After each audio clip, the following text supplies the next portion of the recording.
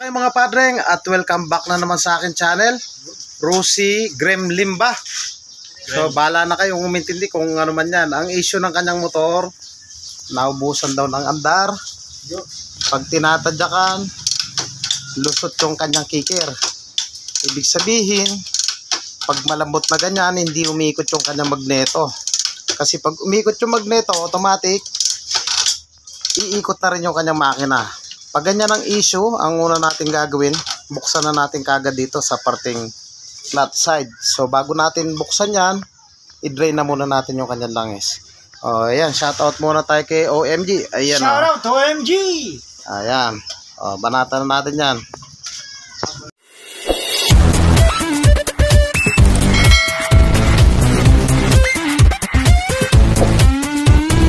So ayan mga padreng, lusot yung kanyang kicker. So bakit nga ba lumulusot ang kicker? So, pag ganyan sa parting clutch, kailangan natin buksan. Doon sa kanyang clutch, nandun yung problema. Tinanggal ko na yung tornilyo. So may naiwan pang dalawa. So dito tanggalin na muna natin yan para makita natin kung sliding clutch o may problema lang doon. Sa unang nagawa, pinagawa na daw to eh. Ano, shout out kay OMG. Tanggalin natin. Tinanggal ko na rin to. So ugutin lang natin to. May tornilyo pa yata. Ayan, ugutin natin.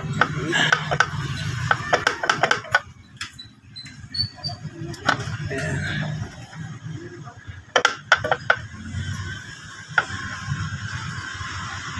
O, tanggalin ko na muna yung cover.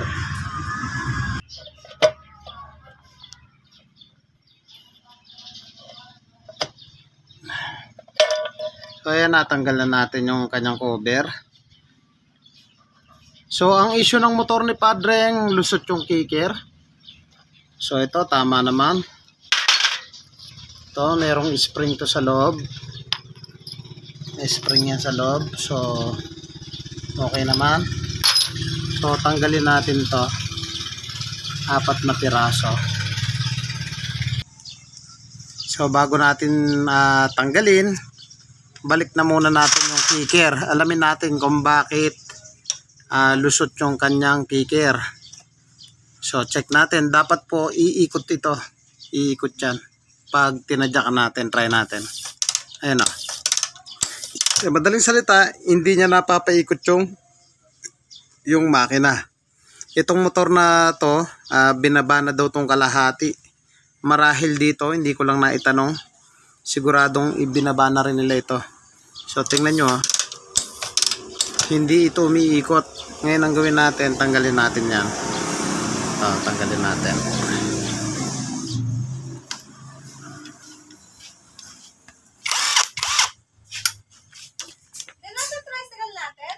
Iniram. Iburo. Nakita yung yung towel sa taas? Hindi eh.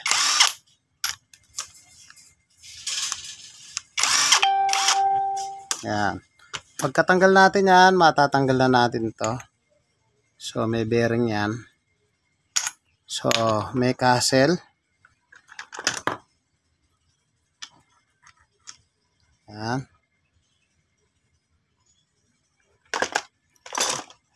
Pwesto muna tayo.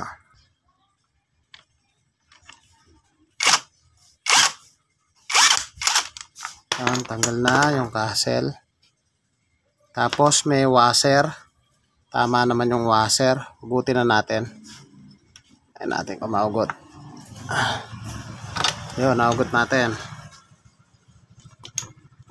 So may washer. Washer niya may nakalagay na outside. O yan, tama naman. Tapos ito, tama naman. Tapos balik na rin natin. So ito, pasok natin. Ang nakikita kong problema dito, ayan. Ayan o, mali yung kabit nila rito.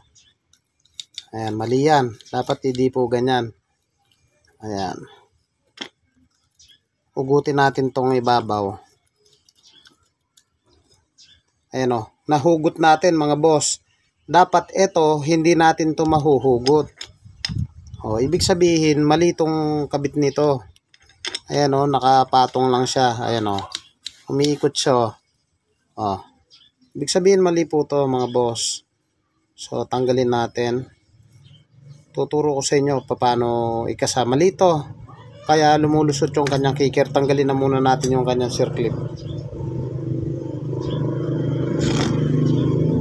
Tanggalin natin to. Ayan. Yun, tumalsik na yung kanyang lock. So ayan, ibalik natin. So ayan. May spring po yan, 4 na piraso. Ayan, ayan ang spring. Tapos ikabit na muna natin tong tong mapapansin nyo. Ganito po yung pagpasok niyan. Tanggalin na muna natin to, yung kanyang clip. Tanggalin na muna natin yan. May mali po dyan. Kaya lumulusot yung kicker. So, tanggalin ko na muna to. Tanggalin ko na muna. So, ayan, natanggal ko na yung clip. May washer, tama naman. Ngayon, ang issue ng motor ni boss, lusot yung kicker. Ang mali po, ganito yung ginawa nila. Ayan, pinatong lang ng ganyan. So, mali po yan. Dapat nakapasok yan sa loob. So, ganito po ang pagpasok niyan. So, ayan. Dapat etong 3 paa na yan, hindi dito nakapasok. Dapat dito, may goma yan eh. So, dapat ganyan ang pagpasok. Ayan o. Nakaganyan po yan. Dapat hindi natin mahuhugot yan. So, ayan, ganyan. Tapos, washer. Tapos, yung circlip. So, mali ang pagkasa ng kanyang clutch. So, pasok ko muna yung lock para maipakita ko sa inyo. So, ayan o. Naipasok ko na o. Hindi siya naghihiwalay o. Diba? Kanina, natatanggal natin to. Natatanggal natin. O, ngayon o. Dito po siya nakapasok. Tapos, pag pinihit natin to, napipihit yan eh. To. Napipihit to, dapat yan lumalabas yan pag pinihit natin dito.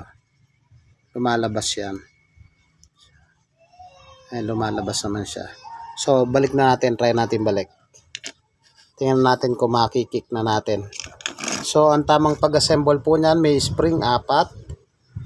So, unahin na muna natin yung dito sa kanyang lining. So, plate, lining, tapos plate sa likod. Ayan. Sunod natin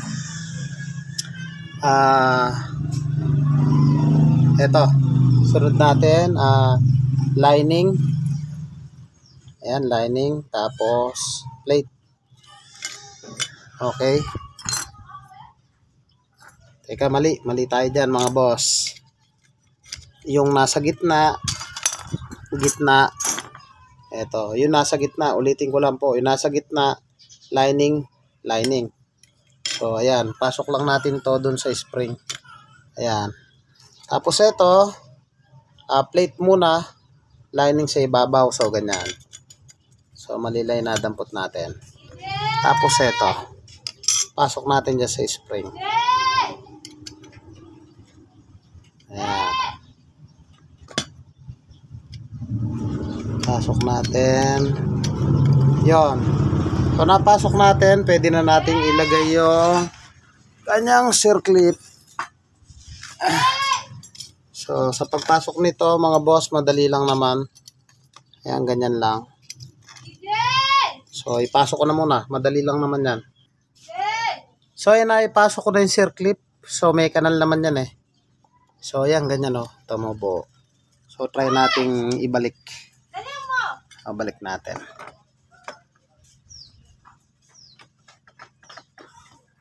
Ayan. Sagad lang natin.